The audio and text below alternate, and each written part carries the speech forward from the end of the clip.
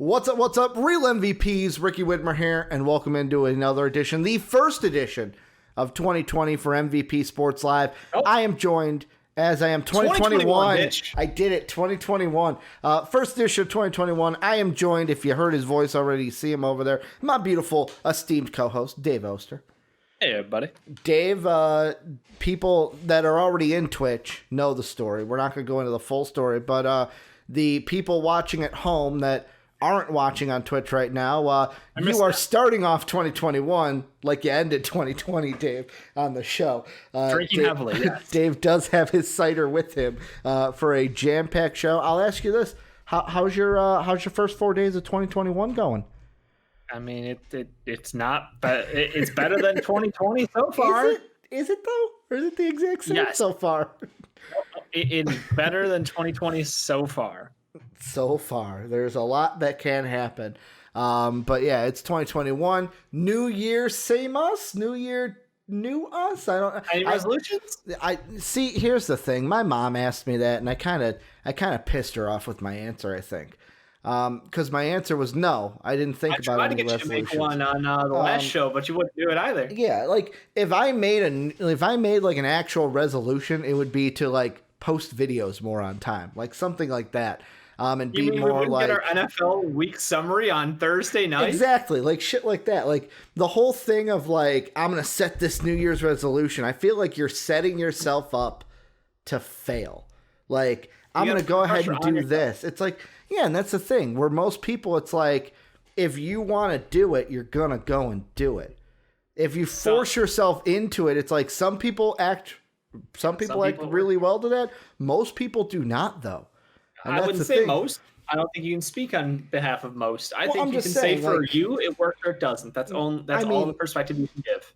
I look at you look at Twitter and stuff, and all the people that are like, man, failed this resolution, to where it's like then you're setting yourself up for failure. Then you feel bad about yourself because you're like, wow, I set this goal for myself and I didn't fucking attain it. I feel like I think you're looking at it from the wrong perspective. It's what did you achieve on the way? It's all about the journey, Ricky. It's all about the journey. What are the circumstances around that? By trying to be a better person, where did you get in your life? Or you're setting resolutions that are way too like high. Where it's like, hey, start small resolutions. But you should be happy with the progress you made. Yeah. As long as your resolution isn't to like start smoking crack, then you're probably going in the right direction. People like the old booger sugar, I hear. That's cocaine. That's a different drug. I mean, very different consequences. Drugs are drugs, man. When you all crack down to it. But we're not talking drugs here on the show. That's a weird way. It's the first show of 2021, man. Got to get weird, if you know what I'm saying. But yeah, it's all football today. It is Black Monday. We like those. They're both good. Dave, I forgot to wish you a happy Black Monday, as in the NFL. This is where most of the coaches go ahead and get fired. And we had some coaches that we thought would get fired, did get fired. So we're going to kind of look at those situations. Then we're going to do Wet Boys, our first Wet Boys of the year, which I have some fun facts about in there. And then we'll finish with NFL predictions. Dave and I will make our predictions for the entire NFL playoffs, and we'll see if we're right about our Super Bowl and then Super Bowl winners at the end. But Dave, first thing we're talking about, the New York Jets. They go ahead and they fire Adam Gase. He is no longer the head coach. They are now interviewing different coaches. Some of the coaches here, I have a article from the New York Post where there are candidates that they are looking to interview, like the defensive coordinator, Matt Eberfluss, I believe is how you say his name, from the Indianapolis Colts. You have Arthur Smith, who is the offensive coordinator with the Tennessee Titans. Eric Bieniemy, we say his name every fucking year. The Chiefs OC. And then also Brian Daboll, the Bills offensive coordinator, doing some great things with Josh Allen in Buffalo, and they are the second seed in the AFC. The first thing, though, I want to ask you about the Jets, though, Dave, is something that I had to tackle in my mock draft. If you want to see the mock draft, it'll be up tomorrow for patrons before it goes live to everyone next week. So patreon.com/MVPvids is how you go ahead and do that. Also, quick housekeeping, Discord down below, join that. We're on Twitch, twitch.tv/MVP-vids. YouTube, we're also there as well. Dave, the question I was going to ask, though, is does a new coach automatically mean Sam Darnold is no longer a Jet? Because that's the biggest thing I was kind of tackling today is do they keep him? Do they try to hire a coach that is for Sam Darnold, or do they hire a coach that, hey, I want to get my guy in the draft? I think that anytime you have an opening as large as the Jets have, you have to consider all options. I don't think Sam Darnold necessarily has to go, but I don't think he's a guarantee to stay either. I think it's very much up to the new regime that is brought in. I think that head coach has a lot of say, but again, their front office at the end of the day will have the final say of like, hey, this is the direction of the team. And if there is a coach who's like, I won't come here unless you guys draft a Fields or a Wilson, then sure, like that kind of forces your hand. But honestly, if that's the head coach you want and that's the quarterback who you see the future of your team with, then you do it.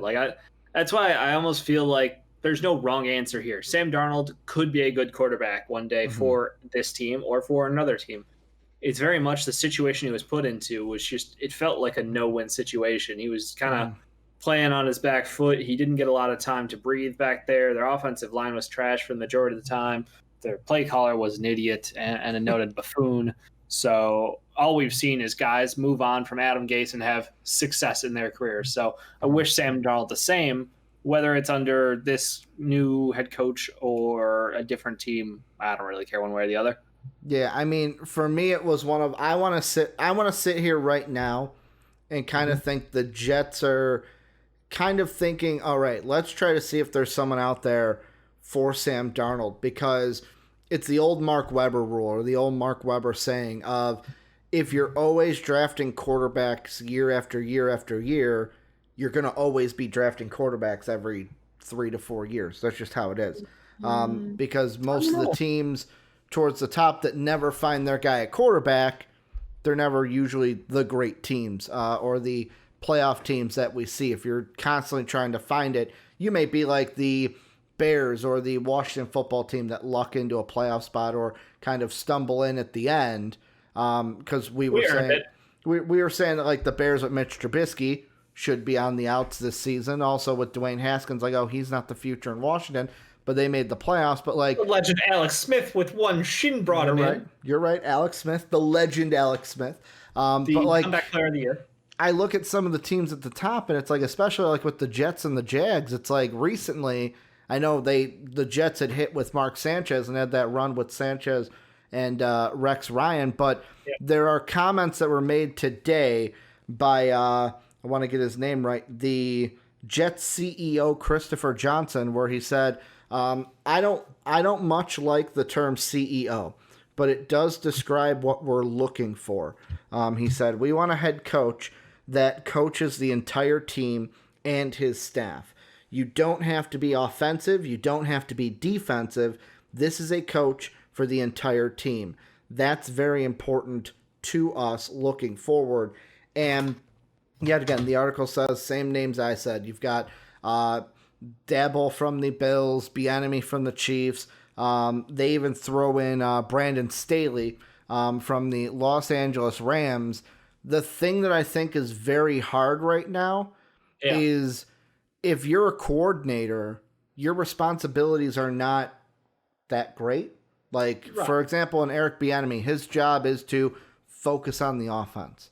That's what it is. Like, and of course, in interviews, you're going to find this out, but like, unless it's like when Ron Rivera was interviewing for jobs and we actually knew, hey, this is his track record as a head coach. I think this goes for multiple teams that are looking for head coaches. You want to find a guy that is going to be a coach for the entire team. Like, this is something that was kind of almost like a, well, duh, but I almost look at it and go, the entire team, does that mean we've got our core here and we have to change some things, but there might be things we're not moving on from, a.k.a. Sam Darnold? No, I think it's just more so like you want your head coach to have the, responsibility to not only, you were an offensive coordinator. You were, a guy who had that sole role, but now we want you to make sure that you can connect with everyone on the team. that's great and all in theory, but in all honesty, it's not really what they're asking for.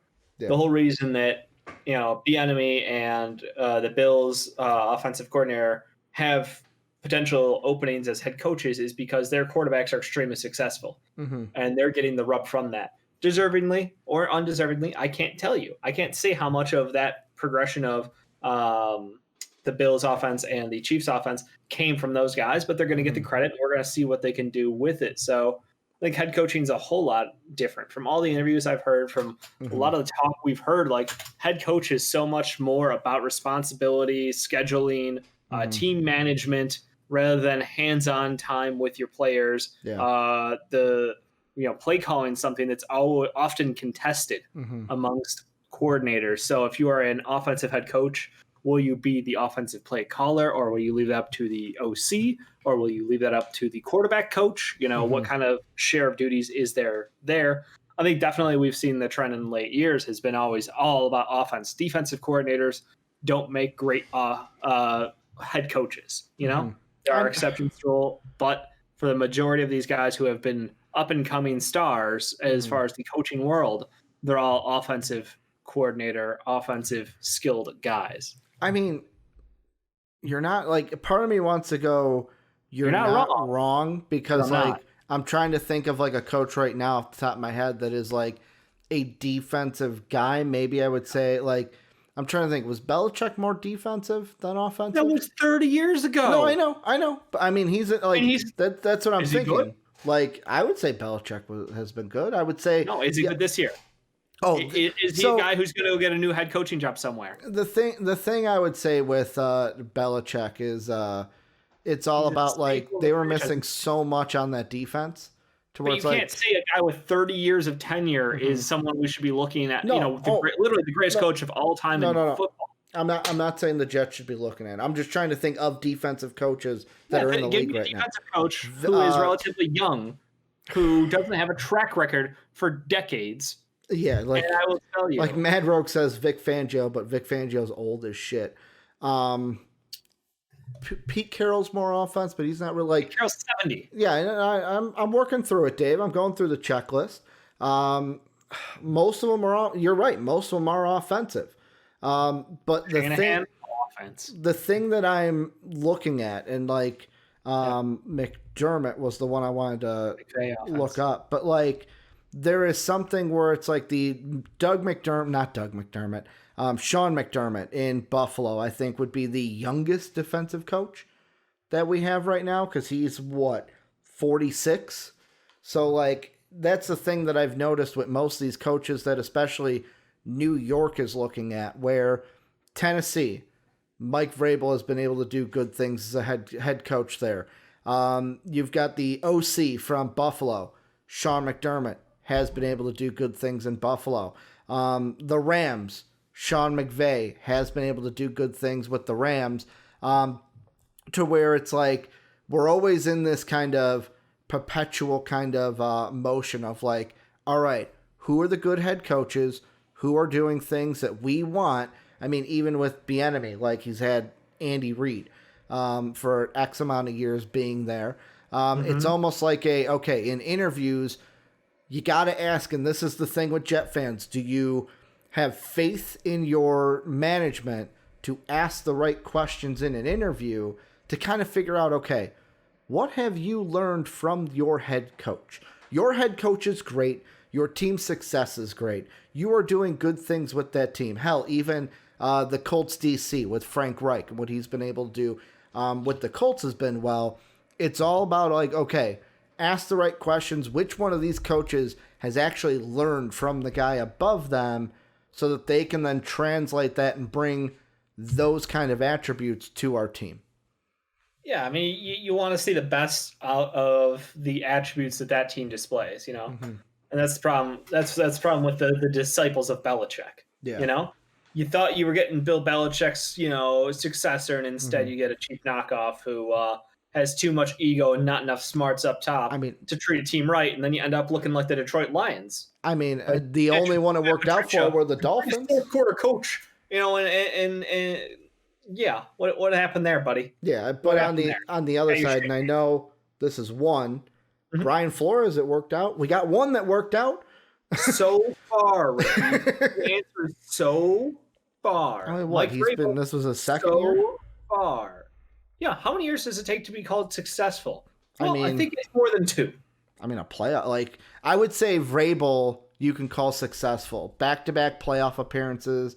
Won playoff games last year. Vrabel. I'm not saying anything against. I'm saying you have to give sustained success. 2 years is a short amount of time as far as the world of coaching is concerned. As far as a player career, that would be like a one-hit wonder, basically. That's you flamed out too early if you had 2 good years. Yeah, and I mean, the thing about Flores too that makes him also different in my mind is before he was. So he spent his entire time as a coach in New England from 2008 all the way until 19 when he was hired. Before that, he was in the executive role being a scouting assistant and then a pro scout. So, like, to me, that's why we're seeing success from Brian Flores, because he's bringing that scouting experience. Hey, I know what I want to do.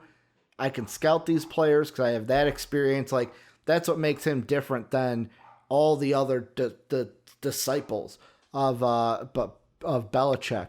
And Mad Rogue even makes a good point. Vrabel, maybe it was also the OC there because Vrabel's more of a defensive guy and kind of like a culture guy, was able to unlock Tannehill. Tannehill was something where it was like, the Dolphins trash, let's get rid of them. Adam Gase. Yeah, I mean, you're working with Adam Gase. How often has he worked with, Jay Cutler was his only good season as a coach, like, where he got the most out of his quarterback? That's how he got a deal in Miami, was Jay Cutler in Chicago. And then he brought Jay Cutler out of retirement to come play again for millions of dollars. Yeah, but I mean, with the Jets, it's all going to determine, yet again, it kind of sounds stupid to say, but it's like they got to ask the right questions in the interview, and it's really like throwing a dart against the board. They could feel like with all the questions they ask, we got our guy, and then he doesn't pan out. That's what it is with these coaches, where you don't know what they're going to be like as a head coach until you see them. Let's move on to the other one, though, the second one, Jacksonville Jaguars, the number 1 pick in the draft, Dave, and this team, shocker. Owner came out, said we're firing, basically Khan Sr. said we're coming out, we're firing Doug Marrone. We're like, okay, shocker. The question with this one, though, Dave, is should Urban Meyer be the head coach of Jacksonville? Because all the articles say the worst kept secret is that Urban Meyer is in talks with Jacksonville. Apparently, Urban Meyer, though, wants $12 million to coach Jacksonville. Now, we know Khan has money. He has the money to shell out. That's the biggest thing with him. That's why in Madden, when you hover over the mogul owner, he's the picture that pops up. I'll ask you, should Urban Meyer be the next head coach for the Jacksonville Jaguars? Now, the line of thinking that I can tell from that is basically we are a young team, and we want to hire someone who has a lot of experience working with young talent at a high level. Urban Meyer was a wonderful head coach in college for decades, and I think, he's got a reputation, so the money comes with it, and I understand that. He's been out of the coaching game, but not removed from the game itself because he stayed commenting, stayed in touch with lots of other coaches around the league, so it's not like his football mind is gone or anything. He's not overly over the hill or anything, so I get the move. It's an attractive name, and I mean, the whole thing is going to be, great. You're going to get college guys who are going to love this guy, worship him, respect his word. But what about the vets on the team? Are they going to take to the college-like culture? And again, we saw the pushback from the Pete Carroll crowd when he went to Seattle.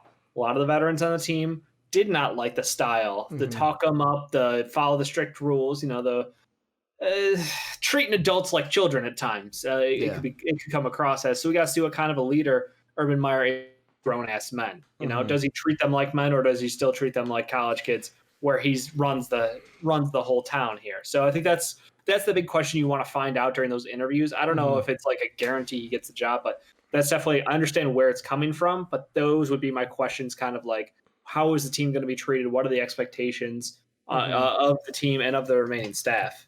I mean, that's a good point. I didn't even think about the Pete Carroll when he came into Seattle, how there was that kind of like that little bit of a rough patch before it was like, boom, the Legion He of had Boom and success pretty everything. quickly, but yeah, I mean, it did take a minute. I mean, with that though, I kind of like, I look at that and go, okay, if you're Jacksonville, you're sitting there going, how quickly, it's kind of like what we talk about, well, what I talk about with the Bulls all the time. I feel like a broken record no matter where I'm talking about it, where how quickly do you think a turnaround is going to happen? Where do you think you have the pieces on this Jacksonville team to make a quick 2, even 3-year turnaround? Or is it going to be, hey, we're in the more of like 3 to 5 year range to make that turnaround? Like, you're getting Trevor Lawrence, who is a turnaround. What I mean, like, I think the NFL is one of the easiest leagues to flip a team in a couple of years. I think that is more so the expectation. You say 3 to 5 years. I'm trying to think of like, what's a team that has succeeded in that style?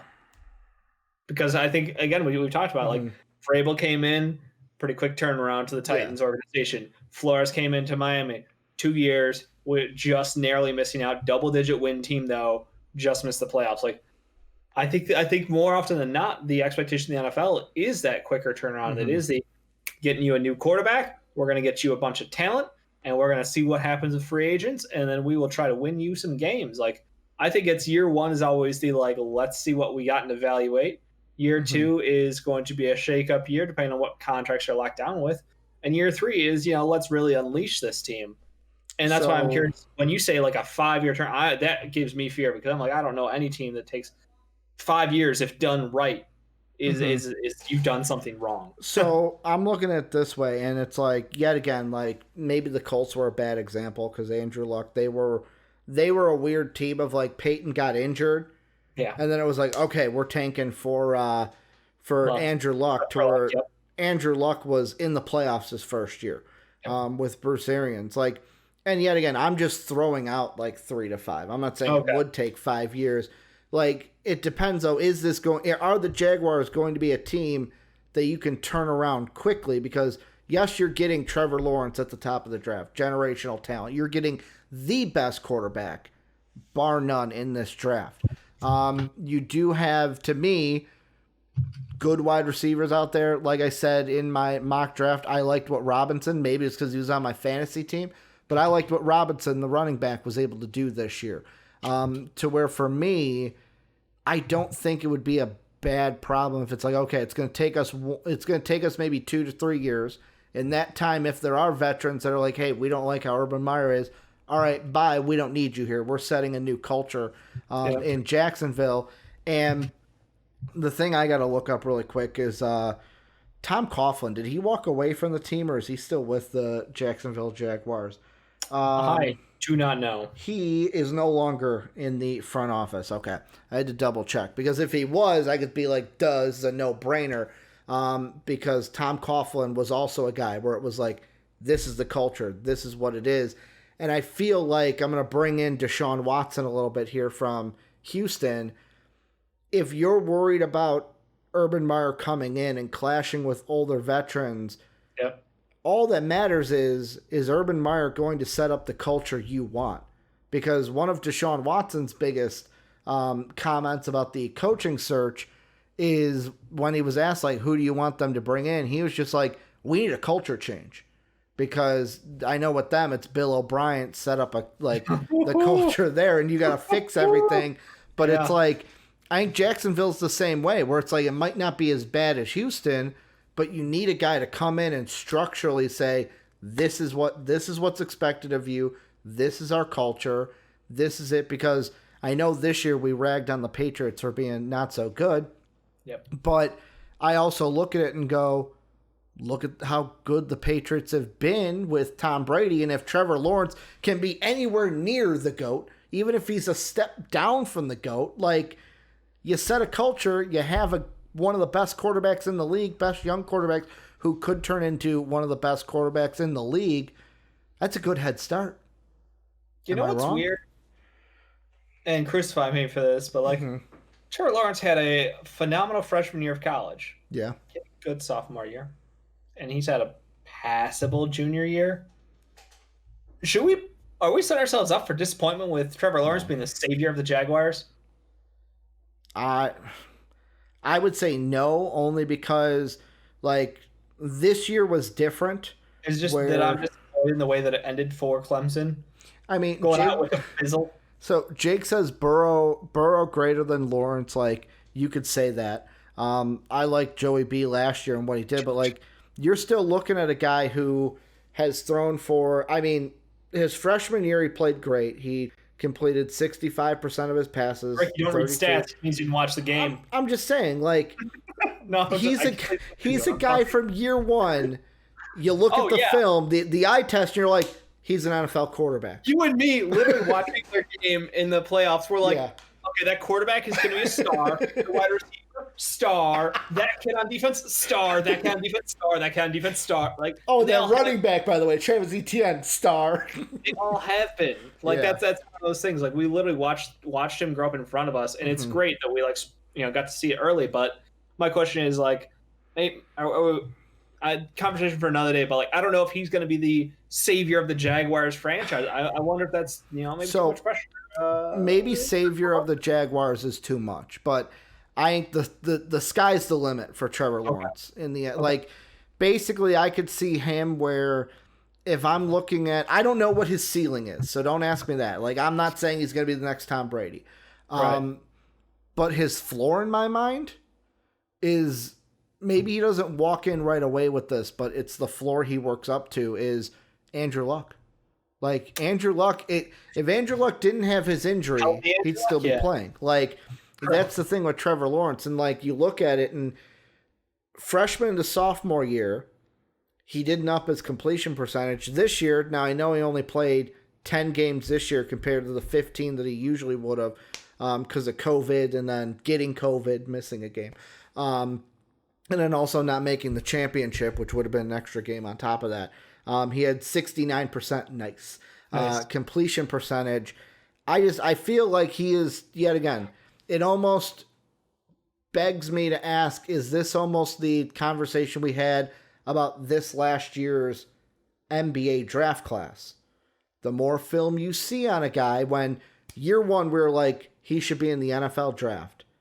You've made your decision. That means the more you see of him, you're go down. You're re-seeing those great things, but you're nitpicking. Like, are we nitpicking Trevor Lawrence? But yeah, the Jaguars, I don't know if Urban Meyer's the guy. The thing that I know Pat said in the watch along that I wanted to bring up to kind of end this is, and I don't think this matters at all, but it's interesting hearing, like, because Pat's he's a college kind of minded guy where he said, why would you want to go to the NFL and kind of ruin your college legacy? To where it's like, you've built up this legacy, which, let's be honest, is kind of a shaky legacy to begin with because of how it ended. On the surface, it is, he is up there with, the Nick Sabans and the Bear Bryants and all the greatest college coaches of all time. But there are some cracks there, and if you start looking a little deeper, there are definitely a lot of question marks below the surface for Urban Meyer's character. I also will, if he gets hired by the Jaguars, how many people in Ohio are going to be like, how's the old ticker, Urban? Because, yet again, that's the excuse he made. Can't travel as much. So it's like, it's one of those where I don't think the Jaguars would be like, oh, we can't bring him in. It'd be too much of a media circus. If you think he's the right coach for the job, you go ahead and get it. And maybe they do need a coach that works better with younger talent than they do with veterans. Because, hey, you look at it, and they're kind of a younger team when you look at them on the surface of things. But Urban Meyer, I don't think it's a for sure slam dunk that, yes, you get him, and boom, that means you're going to be successful right away. It sets you up to build a culture and be successful. Yep. But I don't think how many coaches have made the jump from college to the NFL and have instantly had success. It could happen, but yet again, I'm not going to put my house on that like Sean would have. Or I'm sorry, his car he would have put on that. The last one, Dave, and this is probably the one that's nearest and dearest to your heart. Your boy Justin Herbert. Is he gonna get his Is he gonna get his coach of the future? Like Anthony Lynn, he gone. Chargers. Is that basically the main goal here of like whatever quarterback works with Justin Herbert? That's the one we got to go grab. whatever coach works with Air Bear. Coaches, yes. That's what I meant. I mean, don't fuck this kid up, man. He is a stellar quarterback. He looks so good out there, and I'm like, literally, if you had a competent head coach this year, they probably tack on 3 more wins, maybe 4, and that's me just being conservative about it because they blew games left and right. It was their legacy of the year. Justin Herbert is fantastic and the best rookie player in the NFL this year. I can't wait to see what he does going forward. I think he's probably going to be a top 15 quarterback, maybe top 10 quarterback next year. Like, he's that good. And they have some talent around him. So it's really just like they're going to look for their enemy, their whatever Bills guy name is. It's just go find an offensive coordinator who will not throw your quarterback under several buses a year. And you're going to win a lot of games, and you're going to have a great young quarterback for the next decade plus. Like, he's so good. He's already a top 15 quarterback, Jake. Okay, well then he'll be a top 10 quarterback. He's already a top. He's already that top 15. He has such incredible upside. I think people forget about him because he plays on a shit team. And the Chargers are, they're not a fan favorite right now. Let's put it that way. Yet again, they have all the. He needs to bring back the locks, though. That's the real thing. It's all the hair's got to come back. No bowl cut, Dave. No, it looks so like bad. You got it. The Army surplus barber. That was pretty bad. To me, there's one coach, Dave, and I know you're going to interview a lot. To me, there's one coach that I have a feeling will get the most out of Justin Herbert. I'm looking at Buffalo. I'm looking at Brian Daboll, and I'm going, I see what you're doing with Josh Allen, because the thing is, and I will put this stamp on it, I said it with the Jets thing, if Brian Daboll's going to be a good head coach, we got to know what he's going to do as a head coach. Just because you can call plays and have a successful offense doesn't mean you can do everything that a head coach entails. Right. But offensively, Dave, I look at what Buffalo right now is doing with Josh Allen. Airing the ball out. He's got a main guy in Stephon Diggs that he can air the ball out to. And I look at what the Chargers have. It's not like they don't have anyone for Justin Herbert to throw to. They have Keenan Allen out there. They have Austin Eckler in the backfield. Arguably a better running back than Singletary, who's in Buffalo. Yes. So I look at it and I go, that's got to be the guy, right? Like, the question is, if you took Josh Allen out and you put Herbert into Buffalo's offensive scheme, how successful do you think Herbert is? I think he could be just as successful as Josh Allen down the line. This is the guy I go grab. This is the guy I get it.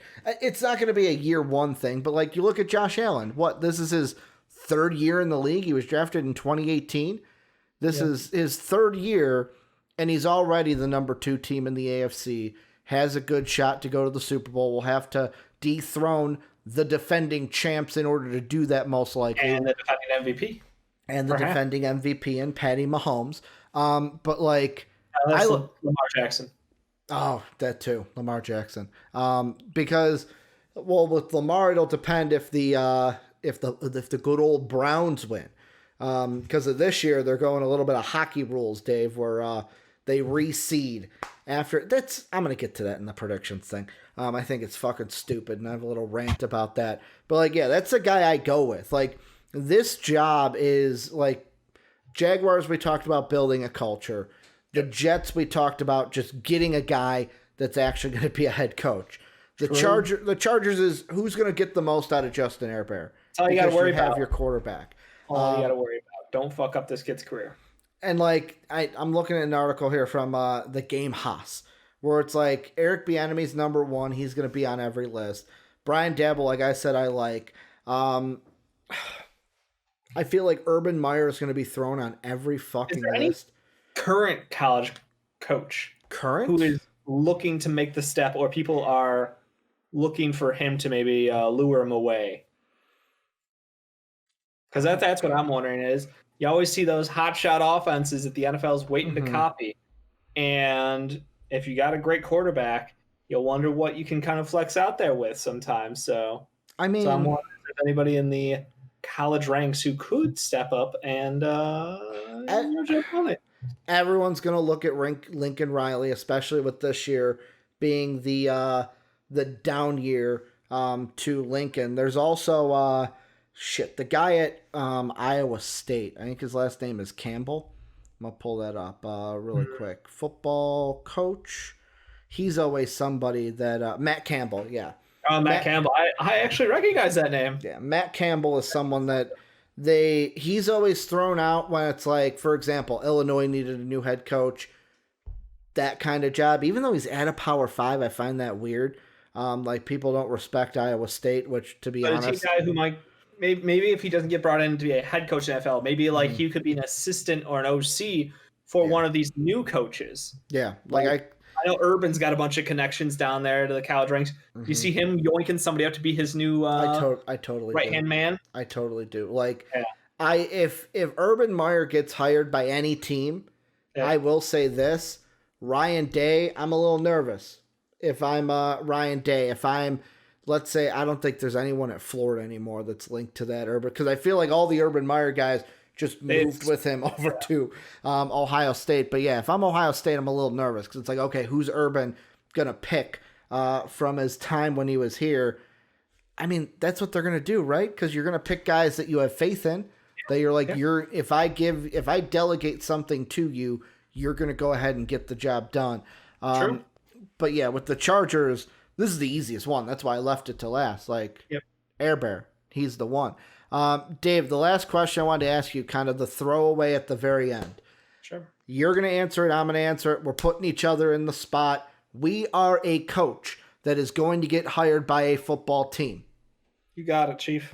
Who's the best job? Is it the Jets? Is it the Chargers? Is it the Texans? Is it the Falcons? Is it the Jaguars? Which one of these 5 jobs in your mind would be the most coveted where you're saying, I want that one? If I'm being honest, probably would take the Jets at this point. I mean, the Chargers one would be my favorite player. So out of that grouping, at least I would be able to coach Air Bear, which would be great. So I'm gonna change my answer directly over to the Chargers. I take it all back. I feel like there were 3 that you were going to pick, and it was either Jacksonville, Jets, or Chargers. Well, here's the thing. It's do you want to pick the team that has the players you want to coach, or do you look at the level of competition and say, I could be pretty successful going up against these guys pretty early on in my career? You got to look at the conference play. You got to see who you're going up against, and that's not exactly easy over there for the Chargers. They are facing tough opponents week in, week out. I looked at the Jets, and I was like, well, there's a team. I could rattle off some wins with that piece of shit team. You can get maybe a wild card, get a 6th, 5th, or 7th spot. How about you? I'm on the other side. All 3 of those teams are enticing to me. Really, it comes down to, if I had to rank those 3, the Jets are in 3rd, the Chargers are in 2nd, the Jags are in 1st. Only because I like Trevor Lawrence more than Air Bear.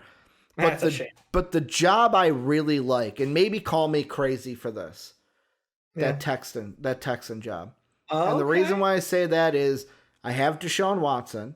Yeah. I have a fucking defense, too. I have J.J. Watt on that defense.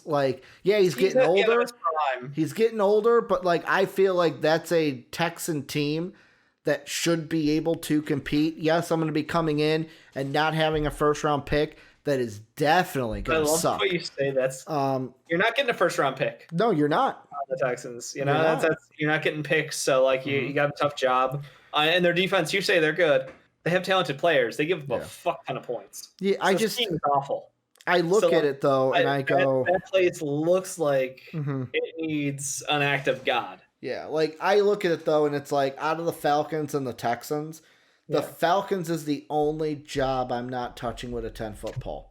I don't even know if that one doesn't seem like that challenging to me. I mean, is that my problem? I'm always a rebuild kind of guy. I like the rebuild. I like to tear down, go from scratch, work my way up. I think that Falcons team is competing again.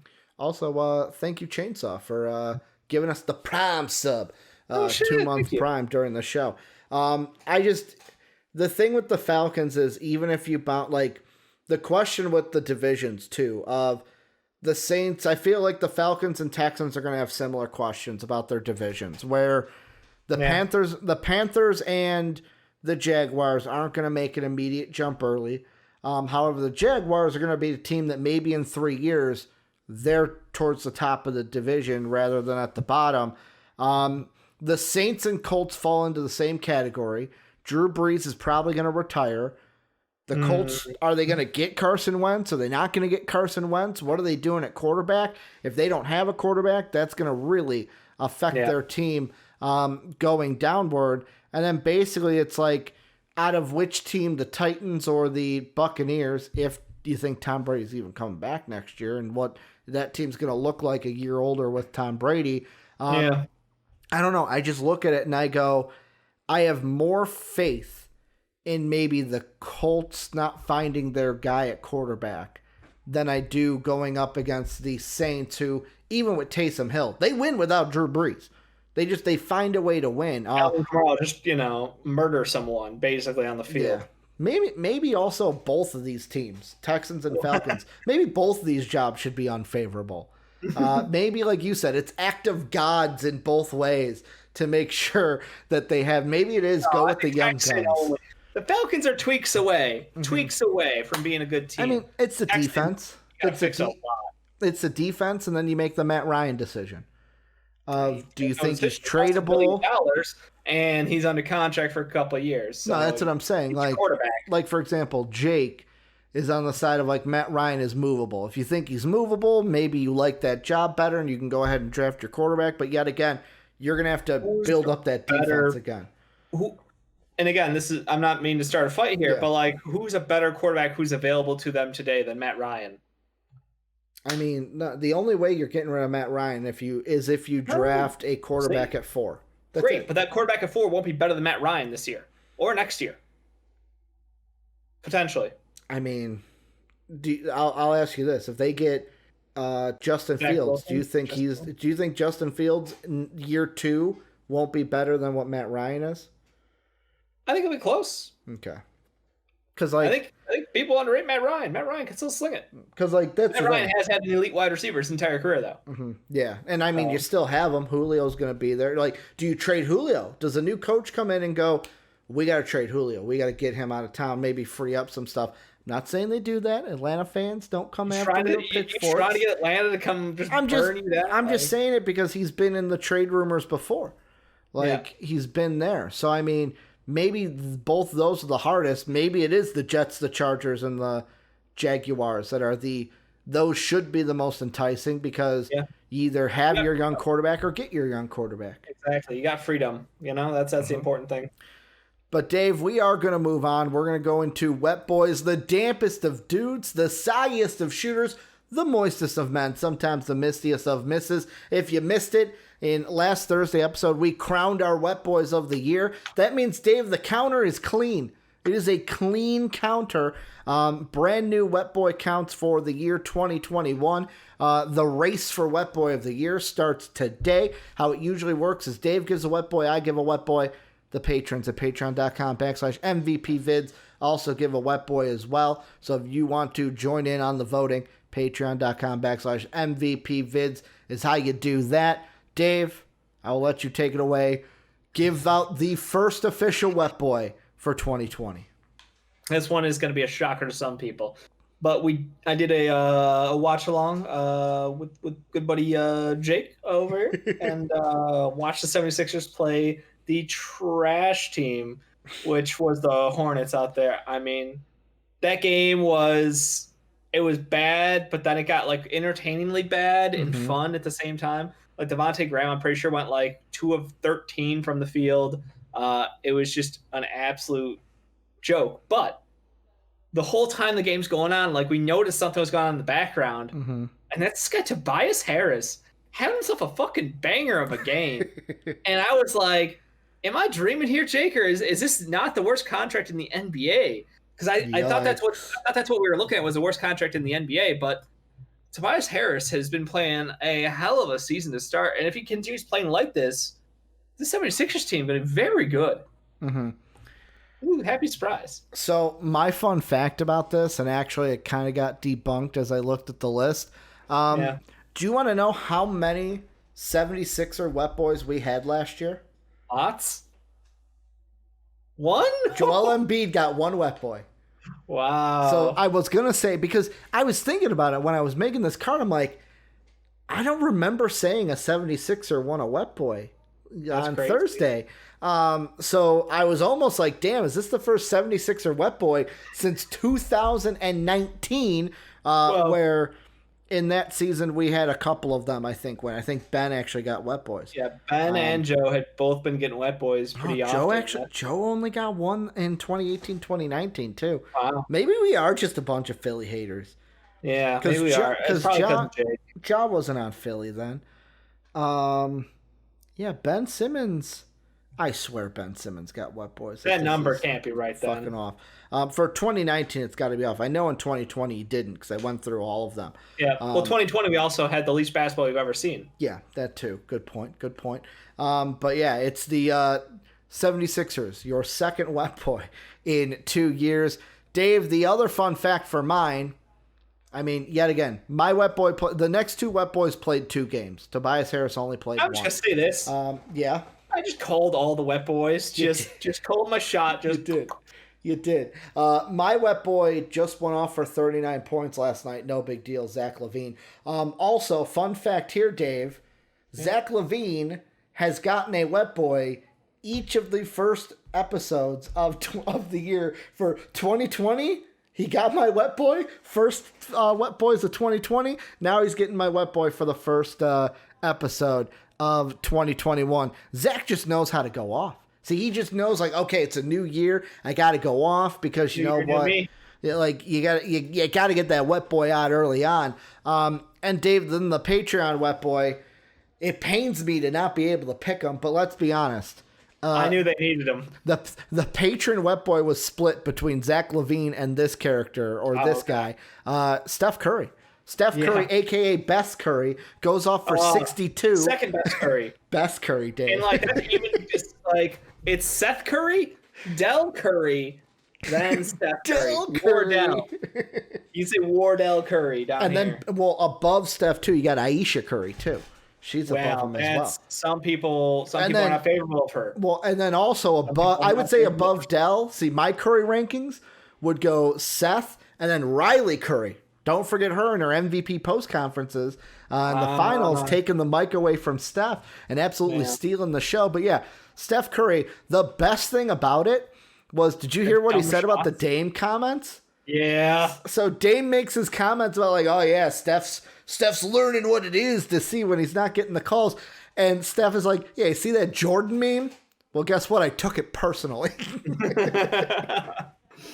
Nah, I mean, he was hitting everything, like the fall down threes, getting contact, shooting through hands on him that he wasn't even getting the calls, like they said. Like, he was feeling it that game. It was awesome to see. So I'm really happy for him.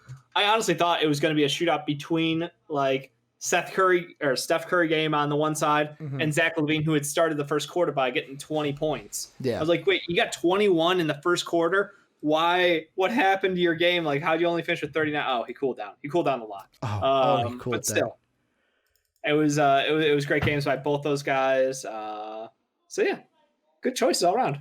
So can I say one thing before I move on to the NFL predictions? Sure. Is it just me, or has Dame not look good to start this season? Unless I'm just focusing on it because he's on my fantasy team. But, like, there's a part of me that's like, as I got a hair that floated in my face. I just look at it and I go, this Dame and Portland team has not looked as good as we thought they would. Nurkic has not been in great shape, which hurts their team a lot because playing off that 1-5 combo. But no, I mean, like, it's they got a couple new pieces out there. Remember, Dame was coming off of an injury. You're right. And his time in the bubble. CJ coming off an injury, his time in the bubble. So, like, they got a lot of guys coming back. Rodney Hood, injury prior to the bubble. So, yeah. So let's move on then, though, Dave, because that's, like I said, that's just a quick thing I wanted to throw out there. We are going to end the show, and I'm getting the graphics set up because we got graphics for this one. We're going to make our official predictions for the 2021 NFL playoffs. how we're going to do this is we'll do yours first, then we'll do mine. We'll do it round by round because I have a graphic for each that'll kind of add teams to what you have before you go ahead and pick it. So what I'm going to do is I'm going to put up the bracket. That's not what I want it to do. So let me go ahead and transform. Where is fit to screen? There we go. It's just a little bit bigger. We had to shrink it down. So this is the bracket what we have right now. The first time we ever have this bracket where Packers and Chiefs get the bye. 2 through 7 are going to play each other. Interesting to note for this year, Dave, is that after the first game, so after the wild card is played, the teams are going to reseed. So if the Colts win, that happened last year too. What, that they reseeded? Yeah. Yeah, I mean, I think that's always been the case with the NFL, but here's the thing I don't like about it, Dave. The case. It's a recent change, but it's not. It might not be this year's change. Here's the thing I don't get about it though. Like, if they added the 7th team, and then eventually it sounds like they want to add an 8 team. Why not week 17 coming? So why not make it like the NBA, where it's just like instead of reseeding, 4-5 plays 1, and then the winner of 2-7 and the winner of 3-6 play each other. Like, are you a person that is like, hey, the NBA is doing it this way and it's great, or are you hey, let's go ahead and reseed it if the Colts win? Okay. I like to reseed. I don't see a problem with that. I think the NBA should reseed. Okay. I think the NBA should go 1 through 16 also, though. Like, there is no perfect playoff bracket, you know?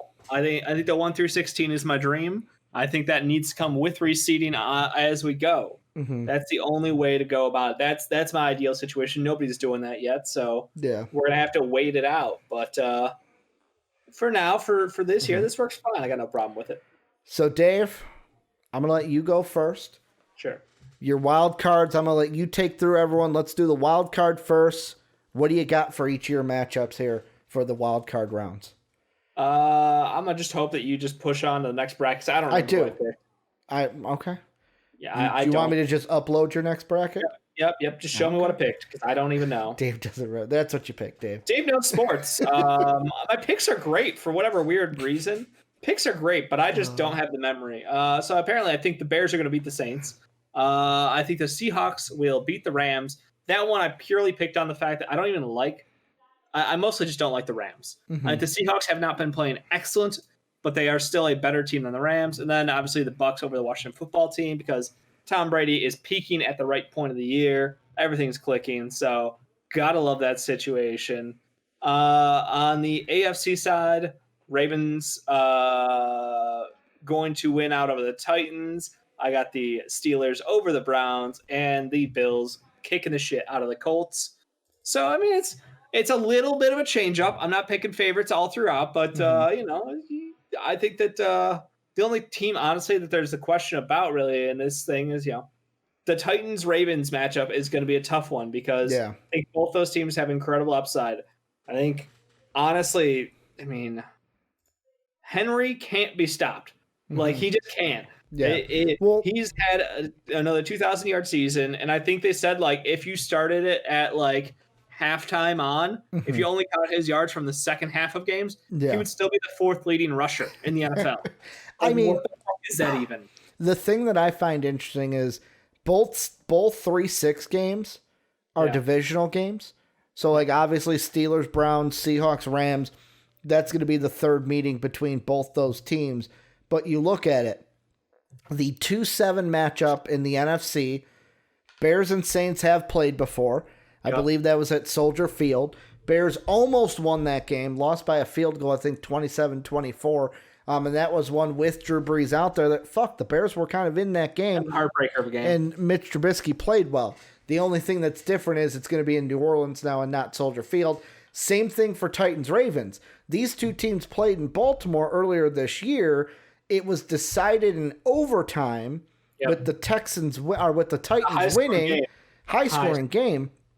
But now it's going to be not in Baltimore. It's going to be in Tennessee. So it's like those are the two matchups I look for, to where it's like if you're looking for an upset here, it's those two games and then Browns Steelers. Like, that's where it's at. Like, yet again, I'm disrespecting the Colts. The Colts are a good team, but I like the Bills. I just think the Bills are a good have team. a quarterback who you can trust, and the Colts have someone who should try to not lose his team the game. Yeah. There's a difference. Browns Steelers, obviously, we'll have to see because that was the game the Steelers waved off their final week of the year. They were like, go ahead, Browns. We'll have you in the playoffs. We'll allow it. So we'll see how that comes, and if the Steelers offense can get rolling again, because that was a struggle. They hit that down point in the season where 3 weeks in a row their offense was just terrible. So we only saw literally like 2 quarters of good offense for them in week 16 or week 15. And then, we'll have to wait and see if they can get it going again with Ben to start the playoffs. But that could be a big problem. Yeah, and I mean, just to kind of flip it to mine, just to show the changes, I'm with Dave. The Bills, the Ravens, the Bucks, the Seahawks, the Bears, they're all going to win. The only change that Dave and I have is that I have the Browns beating the Steelers. Only because of one reason, Dave. The rule of Baker. Once you lose to Baker Mayfield, you're a bad team, Dave. That means you're a bad team for life. Baker Mayfield beats the Browns. Plus, I know Olivier Vernon is going to be out of this game with an injury. To me, does not matter. I think that this Browns team will put up a fight, and the Steelers have struggled, and they will get upsetted. I also have the Bears, just like you. I think this is a team that you know the rules, though. When we both agree, they lose. They both agree we lose. Yeah, but the Saints always choke. They always choke in these games, Dave. Especially against NFC North opponents. You know what I'm saying? Jake wanted to throw on the correction that. What correction? Uh-oh. Did my Discord break? Did my Discord bust? Do you guys still hear me? Uh-oh. You're there, Dave. You're there. I don't even know what happened. What did Jake want to throw out there? Oh, that Foles was playing during that Saints game. I thought it was Mitch that played. I thought that was the game where Mitch had a good game. I'm pretty sure it was Mitch, unless that was the game Foles got pulled. I mean, checking this live on the show. Let's see. Bears and Saints. Where is it? There it is. 26-23. Box score. Oh, no, he's right. And Foles was playing. All right. Then maybe the Saints do win, but fuck it. Saints like to blow it in big games. The Discord's fucking up, Dave. We'll just have to deal with it. Because I'm assuming that I froze again, and that's why. It was Foles. It was Foles. But Dave, moving on to the next round, I'm going to go ahead and put yours up, and you can just go ahead and talk about it. Talk away. You've got the Chiefs and Bills, Packers, and Buccaneers. Yeah, I mean, this one, like, I had to go by the rule of WMEs for the first round to give the Bears victory, but in all honesty, I can't give them the win over the Packers, our most hated rivals in all of sports. Aaron Rodgers is the MVP of the year, and he's just disgusting, and I don't know that we would be able to beat them. We literally just got a game where had MVS not been a continual stooge and dropped the touchdown, that was a game-swinging momentum change right there, so thankfully, it wasn't just an absolute massacre on our ends, but Packers are still going to beat us. Bucks, better team than the Seahawks. They're just more complete. They can bring the pass rush. They have an offense that works at all times. So I'll take them. Balanced attack. Chiefs and Bills. Those are just – everybody else isn't close to them. No one is – it's literally there are 3 teams in this league who are better than everyone else. It's the Packers, it's the Chiefs, and it's the Bills. No one else is on the same tier, unfortunately. And even out of that tier, you could say the Chiefs – perhaps should be a tier above, but they haven't massacred teams like people expect them to. So people are like, well, are they really that good? Yeah, and I mean, the only game in this divisional, because we have the same exact one, Dave, that I'm kind of like, I don't really... I picked the same as you, and I said the Bucks beat the Seahawks, but there's a part of me that Mike Evans, how much time is he going to miss, if he misses time at all? And then also it's just since that game will be in Seattle, can Russell Wilson ball out enough against Tom Brady to give the Seahawks a win? I almost wanted to pick the Seahawks there. But I'm like, you know what? I got to respect Tom Brady. I got to respect my pick from the beginning of the year because I had the Bucks, I think, going all the way. I think is what I thought I picked. Internet. Okay, Twitch is back. Yeah. But I mean, it's just one of those where that was the only game, Seahawks Bucks, where I was like, I don't know who I want to pick there, but we both have the same divisional games, or the championship games, Chiefs, Bills, Packers, and Bucks. However, our championships are a little bit different. There's yours, Dave. Chiefs, Packers. Why you got the Chiefs and the Packers in the Super Bowl? Because they're the best teams. For once, we got the number one and the number one. Who doesn't want the two number ones go up against each other? Best teams on each side. I mean, the Bills have every chance to win this game. They've been a hot team as well, and they've won their games more convincingly, but that's not to say that they will, knock the shit out. It's best if you guys work backwards. Yeah, I ain't going to give away my Super Bowl prediction right away and then go backwards. Yeah, that's sorry, bro. Sorry. Too much. Sorry, benefit. And then, I think that Rodgers is just too good. Sorry. Mm-hmm. Yeah, I mean, for me, so I did notice when the graphics were saved, my graphic didn't change, but fuck it. Like, it doesn't need to be up there because I've got the Packers in there. The only difference is I got the Bills in there. Like, I think that I've said it for time and time again.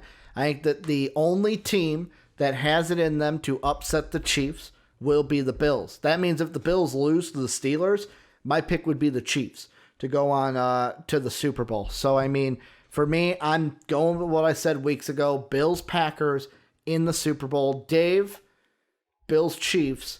Who's your Super Bowl winner? I think I picked the Chiefs in this one. Maybe. There was no graphic. You just whichever one. You can pick on the fly right now. Whichever one you want to pick. I think I'm going with the Chiefs on this one. I think it's their year to win again. I still don't think anybody's better than them. We still haven't had that moment where, all of a sudden we're going to need to see playoff magic happen. Andy Reid's going to dial up some wacky bullshit out there. And Patty Mahomes is going to run, Patrick Mahomes is going to run end around flea flicker, throw with his opposite hand, cross field for a touchdown. Look at Twitch. What's up? Look at Twitch chat. You'll like it from Jake. Nice legs. I mean, thank you. Show off the highlights. That's just what I do. It made me giggle a bit, but I'm like, I don't want to cut Dave off. He's on a roll right now and hasn't looked at Twitch chat. Yeah.